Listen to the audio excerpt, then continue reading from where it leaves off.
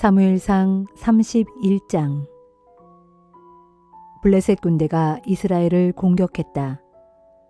이스라엘 사람들은 길보아 산으로 도망쳤다. 많은 군사들이 길보아 산에서 쓰러져 죽었다. 블레셋 군사들은 사울과 그의 아들들을 바싹 추격하여 사울의 아들들인 요나단과 아비나답과 말기수아를 죽였다. 싸움은 치열했다. 그 와중에 블레셋의 활 쏘는 자들이 사울을 알아보고 활을 쏘았다. 사울은 화살에 맞아 치명적인 상처를 입었다. 그래서 사울은 자신의 무기를 들고 다니는 부하에게 명령했다. 네 칼을 뽑아 어서 나를 죽여다오. 어찌 내가 저 할례받지 못한 자들에게 붙잡혀 수모를 당할 수 있겠느냐. 하지만 그 부하는 겁을 내고 감히 칼을 빼들지 못했다. 그러자 사울은 자신의 칼을 뽑아 그 위에 엎어졌다.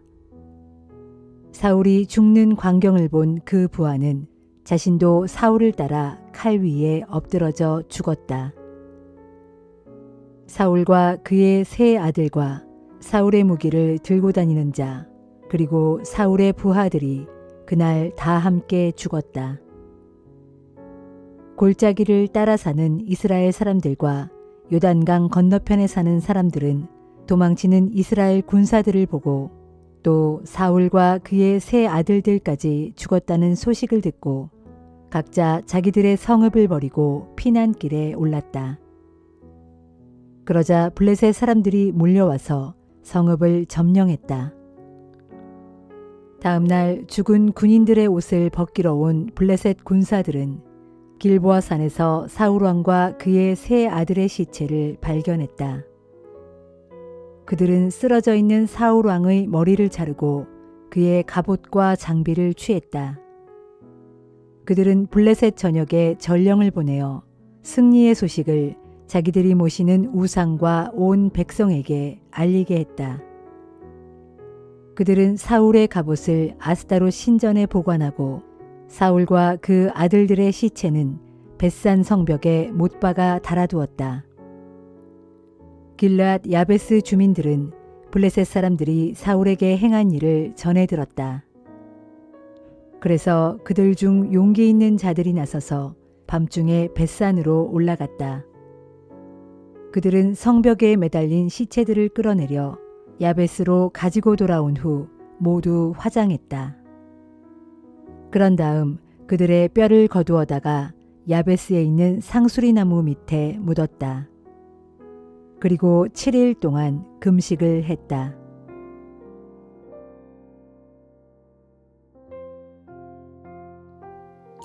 고린도전서 11장. 내가 그리스도 예수를 본받는 자 된 것처럼 여러분도 나를 본받는 자들이 되십시오. 여러분이 내가 가르친 교훈을 다 마음에 새겨두고 그대로 행하고 있다니 얼마나 기쁜지 모르겠습니다. 이제 여러분에게 깨우쳐 드릴 것이 한 가지 있습니다. 여자의 머리는 남자이고 모든 남자의 머리는 그리스도이시며 그리스도의 머리는 하나님이시라는 사실입니다.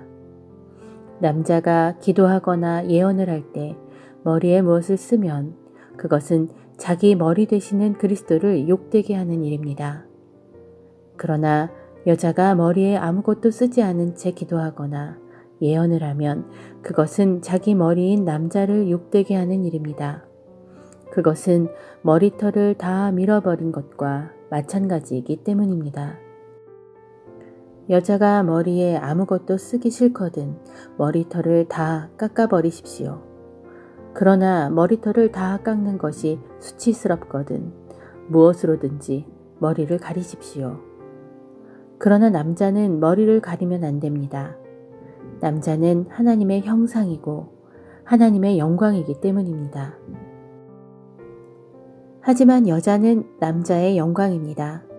왜냐하면 남자가 여자에게서 나온 것이 아니라 여자가 남자에게서 나왔기 때문입니다. 또 남자가 여자를 위해 창조된 것이 아니라 여자가 남자를 위해 창조되었기 때문입니다. 이런 이유에서 여자는 예배 때에 천사들이 지켜보고 있으므로 권위의 표시로서 수건으로 자신의 머리를 가려야 하는 것입니다. 그러나 주 안에서는 남자 없이 여자가 있을 수 없고 또 여자 없이 남자가 있을 수 없습니다. 여자가 남자에게서 나왔듯이 남자 역시 여자에게서 태어났기 때문입니다. 그러나 모든 것은 다 하나님에게서 났습니다. 여러분 스스로 판단해 보십시오.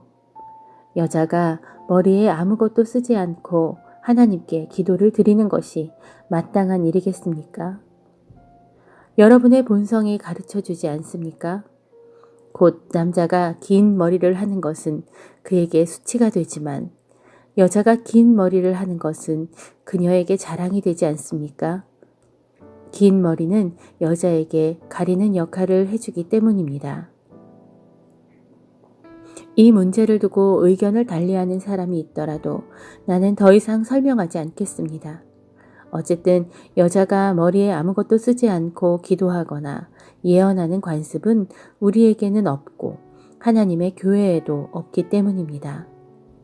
이제 내가 다루는 문제에 대해서는 여러분을 칭찬할 수 없습니다. 그것은 여러분의 모임이 유익하지 않고 도리어 해롭게 느껴지기 때문입니다. 무엇보다도 여러분이 교회에서 모일 때 분열이 있다고 들리는데 나는 이것이 어느 정도는 사실이라고 믿습니다. 물론 여러분 가운데 누가 하나님 보시기에 합당한 사람이냐를 가리려면 어쩔 수 없이 분파도 생길 것입니다. 그렇지만 여러분이 분열되어 있으니 여러분이 함께 모여 식사를 나눈다고 해도 그것은 주의 만찬이라고 할 수 없습니다. 또 먹을 때 여러분이 가져온 음식을 모두 함께 나누어 먹지 않고 각자 자기 것을 먼저 먹어버리므로 어떤 사람은 배가 고프게 되고 어떤 사람은 너무 많이 마셔 술에 취해버립니다. 여러분에게 마음 놓고 먹고 마실 집이 없습니까? 아니면 하나님의 교회를 하찮게 여겨 자기 음식을 가져올 수 없는 가난한 사람들을 창피스럽게 만들 작정입니까? 내가 여러분에게 어떤 말을 해야 하겠습니까?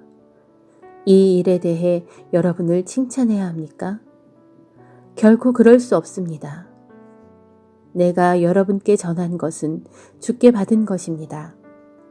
곧 주 예수께서 배반을 당하셔서 잡히시던 날 밤에 주께서는 빵을 손에 드시고 아버지 하나님께 감사 기도를 드리신 후에 그 빵을 떼어서 제자들에게 나누어 주시며 말씀하셨습니다. 이것은 너희를 위한 내 몸이다. 이것을 행하여 나를 기념하여라. 또 식사 후에 포도주 잔을 손에 들고 감사 기도를 드리신 다음 제자들에게 말씀하셨습니다.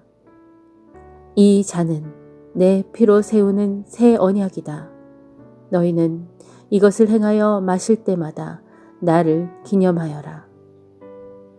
그러므로 여러분이 이 빵을 먹고 이 잔을 마실 때마다 주께서 우리를 위해 죽으신 의미를 주가 다시 오실 때까지 선포하는 것입니다.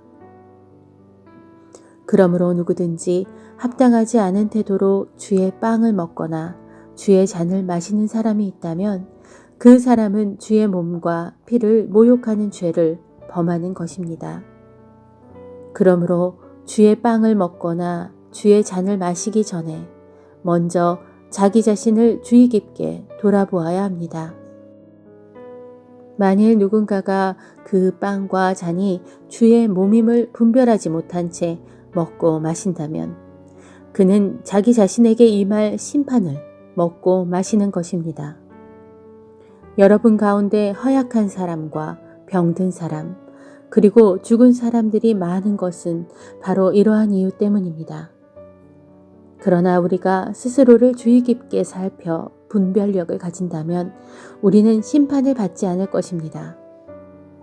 지금 우리가 주께 심판을 받는 것은 주께서 우리를 이 세상 사람들과 함께 정죄받지 않게 하시려고 우리를 단련시키시는 것입니다.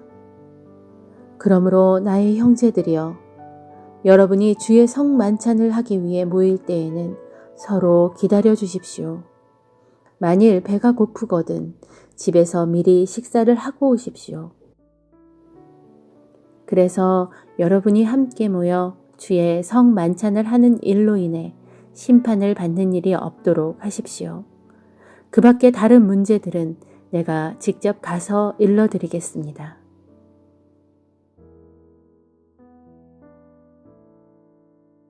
에스겔 9장. 그리고 그때 나는 그분이 큰 소리로 이렇게 외치시는 소리를 들었다. 예루살렘 성읍에 벌을 내릴 집행관들아, 너희는 각자 손에 사람을 죽이는 살상 무기를 들고 앞으로 나오라.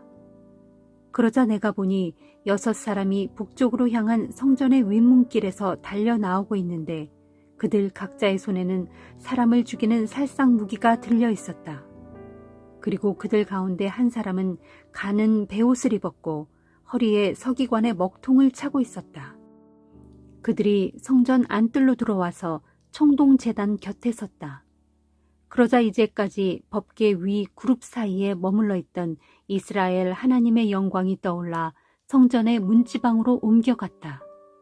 이때 주께서 그들 중 가는 베옷을 입고 허리에 서기관의 먹통을 찬 사람을 부르시더니 그에게 명령하시기를, 너는 예루살렘 성읍을 두루 돌아다니면서 그곳 성읍 안에서 벌어지고 있는 각양 혐오스러운 일들로 인해 깊이 탄식하며 슬피 울고 있는 자들의 이마에 표시를 하도록 하라 하셨다. 그리고 내가 듣는 데서 주께서는 그 남아있는 다른 5사람들에게도 명령하셨다. 이르시기를, 너희는 저 사람을 뒤따라가서 예루살렘 성읍 안을 두루 돌아다니면서 사람을 쳐 죽여라. 닥치는 대로 마구 쳐 죽이되 조금도 불쌍히 여기지 말고 아무런 자비도 베풀지 마라. 늙은이든 젊은이든 처녀든 어린아이든 부녀든 아무도 가리지 말고 다 죽여라. 그러나 그 이마에 표시가 되어 있는 사람에게는 절대로 가까이 가지 마라. 자, 내 성전에서부터 시작하라 하시자 그들은 성전 앞에 있던 장로들부터 죽이기 시작했다. 주께서 또 그들에게 명령하시기를, 너희는 너희가 죽인 시체들로 성전의 모든 뜰을 가득 채워서 성전을 더럽혀라. 자, 가라. 가서 그대로 행하라 하시자 그들이 나가서 예루살렘 성읍 안을 두루 돌아다니면서 닥치는 대로 쳐 죽였다. 그들이 나가서 예루살렘 주민들을 쳐 죽이는 동안 나는 홀로 남게 되었다. 그때 나는 주 앞에 엎드려 크게 부르짖었다. 아, 주 하나님이시여, 주께서 이렇듯 예루살렘에 대해 격렬한 분노를 쏟아부으시니 정녕 이스라엘 백성 중 마지막 한 사람까지도 다 멸절시킬 작정이십니까? 주께서 내게 대답하셨다. 이스라엘 족속과 유다 족속의 죄가 너무나도 크고 무겁다. 보아라, 이 땅은 피로 온통 물들었고 이 성읍에는 불의가 넘쳐나고 있다. 그런데도 그들은 말하기를, 주께서 이 땅을 버리셨고 더 이상 쳐다보지도 않으신다 하는구나. 그러므로 나도 내 분노대로 행하여 그들을 조금도 불쌍히 여기지 않을 것이고 그들에게 아무런 자비도 베풀지 않겠다. 오직 그들이 저지른 행실대로 그들의 머리 위에 다 갚아줄 것이다. 바로 그때 가는 베옷을 입고 허리에 서기관의 먹통을 찬 사람이 예루살렘 성읍에서 돌아와 주께 보고했다. 주께서 제게 명령하신 대로 제가 그대로 다 실행했습니다. 시편 48편. 주는 진실로 위대하시니 우리 하나님의 도성에서 곧 그분의 거룩한 산에서 크게 칭송을 받아 마땅하신 분이시다. 그 산은 높고 그 봉우리는 아름다우니 온 세상의 기쁨이로구나. 북방에 있는 그 산, 곧 시온산은 위대한 왕의 도성이로구나. 그 도성에서 주께서 항상 함께 하시니 아무런 걱정이 없다고 일러주셨다. 그분께서는 스스로 자신이 안전한 피난처이심을 보여주셨도다. 보라, 이방의 왕들이 때를 지어 시온산을 쳐부수려고 몰려왔다가 주께서 계신 시온성을 보자마자 모두가 깜짝 놀라 허겁지겁 도망치고 말았다. 그들이 큰 두려움에 사로잡혀 덜덜 떠니 그 모습이 마치 아이 낳는 여인의 격렬한 고통과도 같고 거센 동풍에 여지없이 부서지고 깨지는 다시스의 배와도 같구나. 우리는 전능하신 주님의 도성에서 곧 우리 하나님의 도성에서 우리가 그동안 들어왔던 것들이 사실임을 확인했도다. 하나님께서는 이 도성을 영원토록 안전하게 세우시리라. 오 하나님, 우리가 주의 성전 안에서 주께서 베푸시는 한결같은 사랑을 생각합니다. 하나님, 주님을 칭송하는 소리가 땅끝까지 이르고 주님의 오른손은 하시는 일마다 의로움이 가득합니다.